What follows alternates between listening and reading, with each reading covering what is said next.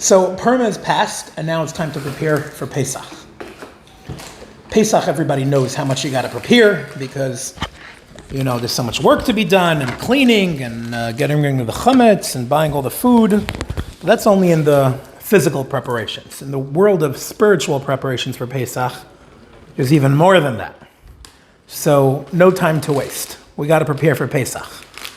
This learning that we're doing, we call the inner flame, and we're using ideas from Hasidus and from deeper parts of the Torah to try to explore the inner world of mitzvahs. But really, actually, here it's more about holidays. It's more about Yom Tov. We talked about Purim, and now we're talking about Pesach. There's a whole inner universe in every Yom Tov. Every holiday has a whole world of a whole spiritual world, and there's so much to be gained. But that doesn't happen automatically. That only happens if you do that inner work. So our job here is to prepare to be able to do that inner work. Okay? Every mitzvah says, what we're learning from the Biyam Darkecha, is all about the same thing. Really, if you had to sum it all up into one word, the goal and purpose of both mitzvos and holidays is emunah, is to bring us to a clear, tangible feeling that there is nothing in this world besides Hashem, and to live a life of attachment to Hashem.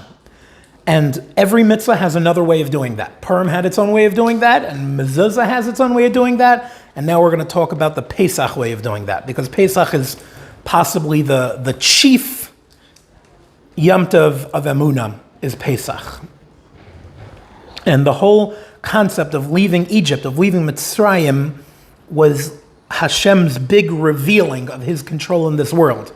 So if you had to chase it back to something, that was like the first big story where everybody saw with clarity that there's nothing besides Hashem.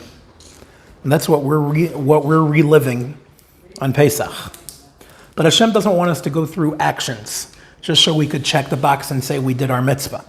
Hashem wants our heart. Rachmana libabai. Hashem wants our heart. Hashem wants us to feel attached to him, to feel close to him. Just as much as Hashem loves us, he wants us to love him. Just as much as he is close to us, he wants us to be close to him. And that's an emunah exercise. So that's the goal. He wants us to do the action through the heart. How do you do an action with heart? How do you get into the inner flame of the mitzvah? So there's a huge difference between the internal world and the external world. The external world, the chitzonius of a mitzvah, is performed only at the time of the mitzvah. The only time that you're eating matzah is guess when? When you're eating matzah. The only time you're fulfilling the mitzvah is when you are chewing that cracker. You're chewing that matzah.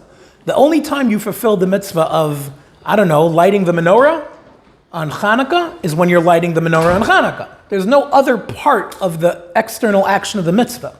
But that's not the case when it comes to the internal part. The pnimius of the mitzvah this is key, is not done at the time of the mitzvah. That is not the time that we access that inner world. It's before we do the mitzvah. Okay, so you can't prepare to eat matzah before Pesach. That's not a thing. You're actually not even supposed to eat matzah before Pesach. In the short time before Pesach, you're supposed to save your appetite for matzah for the mitzvah. But when it comes to tapping into the inner world of the mitzvah, the main time to do that is preparation. And that happens in advance. The most significant part of the inner avodah of every mitzvah and every Yom Tov as well is what you do beforehand. Okay, so before we talk about how you do that, it's really important to realize this. You cannot come to the mitzvah and say, right now, I want the best of both worlds.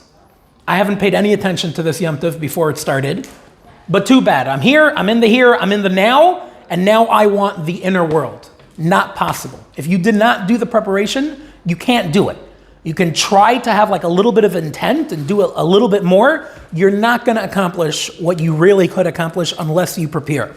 So you can't come Pesach or after Pesach and say, how come I didn't experience the whole inner world? How come some people have this deep, amazing connection and I felt nothing?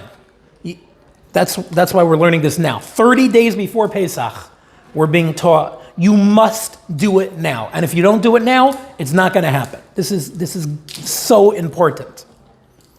So the way you prepare, there's a lot of ways you prepare. That's a lot of what we're going to talk about. But a big part of it is just anticipating, waiting, looking forward to it. If you prepare for anything for 30 days, you'll have an amazing experience. Guarantee you. You start cooking a dinner right now for 30 days from now. Start planning that. It'll be the most amazing one in your life. So the same thing with the mitzvah. You start planning and you look forward to it. Imagine you looked forward to Pesach like you looked forward to your wedding day or something and put that amount of preparation into it. It would be unbelievable. So we look forward to it, we crave it, we want it, and when we finally get it, it's just from this deep connection to Hashem, with a heart that's full of desire to connect to Hashem. As we say regarding Shabbos, the rabbis teach us really a very simple statement. Misha tarach ba'erev Shabbos yochel b'Shabbos. One who prepares on Friday will eat on Shabbos. It's the same principle with Shabbos. You can't connect to Shabbos by only waking up on Shabbos. You need to prepare before Shabbos. Then you can get everything out of it. So that's the same with Pesach and everything else as well. So anybody who wants this, anybody who if this interests you, deep closeness to Hashem, pay attention and ensure that you can prepare yourself properly. Of course, there's a whole world of the physical preparations for Pesach, which is, by the way, Pesach, of course, there's more physical preparations than any other holiday. It's cleaning and a whole different diet, a whole different food. Besides for that, don't forget about your spiritual preparations. And that means you need to set aside time for it. And it's really important to set aside time for it. And you'll gain so much if you set aside time for it. And you know what that means? Guaranteed, the Yetzer Hara will make sure that you can't find time to do that. That's going to be his biggest job. He sees an opportunity. Your evil inclination, the part of you that's pulling you away from Hashem says, okay, if he only prepares, he will have a mind-blowing Pesach of connection to Hashem. I'm going to do everything I can to make sure that he's distracted. He's busy cleaning under the tiles in the back of his garage between his shed and his gate to make sure there's no chametz there. I'll make sure he does that. I'll make sure he does all kinds of things, but I'm not going to let him prepare spiritually for the inner flame of Pesach. So we gotta look out for that. So there's different steps to this that he goes through. He says the first step is to understand the basics of what Pesach is about. And that means dedicating time to learning Torah, to learning about this mitzvah, to understand what our goals are. What are we trying to achieve on Pesach? What are we trying to achieve on Pesach?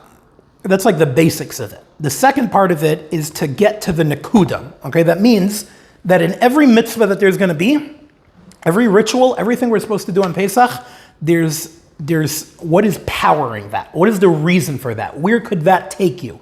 You get to the inner point of what the real greater purpose of this is, and that is what that's what you want to tap into. Only if you have that clear could you live it and hopefully acquire this as a part of you. And then, when you understand what the goal is, and you understand why you want this, and you have a desire to do it, then you start doing it. Do you know how you do it? This is mind-blowing. You know how you actually do it? By davening for it. That's how you actually do it. You talk to Hashem, and you say, Hashem, I know that there's something deep and powerful that I could take out of Pesach. I could grow as a Jew. I could grow to become more connected to you. And I beg of you, please give me this. Please give me this. And through doing that, through learning, through understanding, and through talking to Hashem and asking for it, you're unlocking a world of light that you can acquire for yourself on Pesach. Now, what that light is going to look different for every Yom Tov. We didn't even talk about Pesach, really. I'm just using Pesach as an example.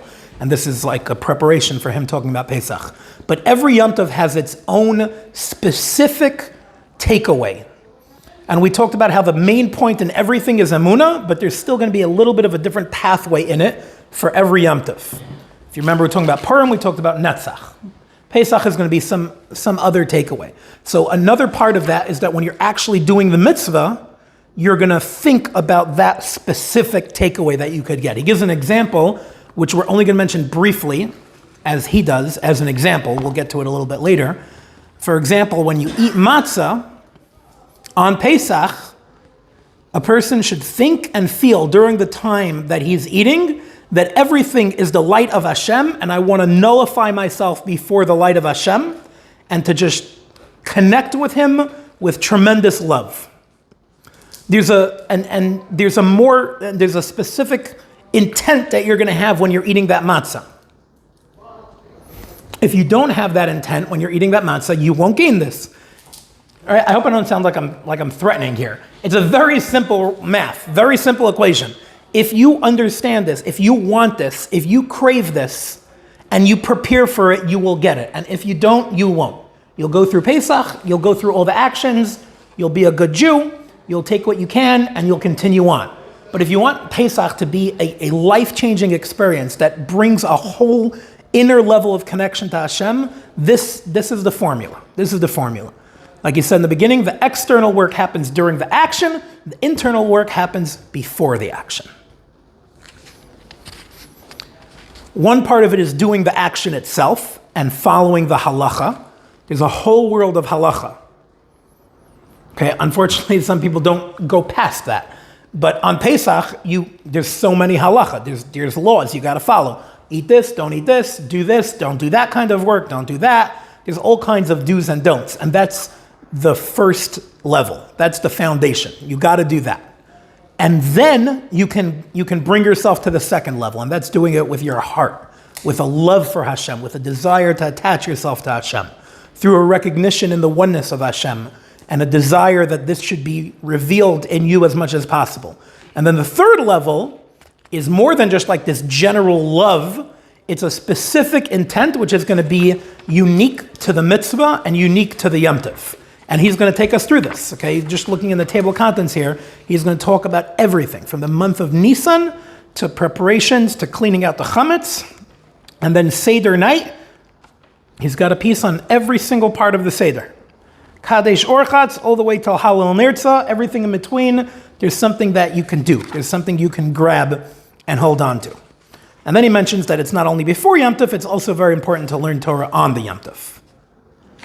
Okay? That's the introduction. That's the introduction. If I had to have one takeaway from this introduction, it's if we want to make this Pesach an unbelievable experience for our soul, we need to commit ourselves to the process. If we don't commit ourselves to that process of preparation, we're not going to get it. And we shouldn't kick ourselves afterwards. We should make our decision now if we want to do that kind of preparation. It's so important. It can't happen without it. The actions happen on Pesach. You better buy matzah if you want to eat matzah on Pesach, and then you'll be able to do the action. But the preparation has to happen before. This is our work. This is what we got to do. Come back for more.